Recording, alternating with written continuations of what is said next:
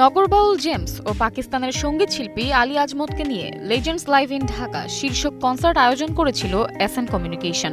আজ শুক্রবার ঢাকার একটি কনভেনশন সেন্টারে এই কনসার্ট অনুষ্ঠিত হওয়ার কথা ছিল। তবে সকালেই জানা গেছে আয়োজক প্রতিষ্ঠানকে এই কনসার্টের অনুমতি দেয়নি ঢাকা মেট্রোপলিটন পুলিশ।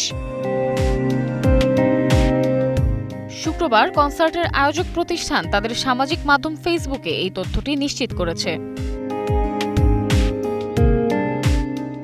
সংস্থাটি জানায়, কিছু অনিবার্য পরিস্থিতির কারণে আজকের show Ali Azmat x James legends live in Dhaka স্থগিত করা হয়েছে। সংস্থাটি আরও জানায়, তারা দ্রুততম সময়ের মধ্যে কনসার্টটি আয়োজনের চেষ্টা করছে। কনসার্টে অংশ নিতে 3 দিন আগে ঢাকায় এসেছেন পাকিস্তানের সঙ্গীত শিল্পী আলী আজমত। এই কনসার্টের মাধ্যমে প্রথমবার এক মঞ্চে জেমসের সঙ্গে তার পারফর্ম করার কথা ছিল।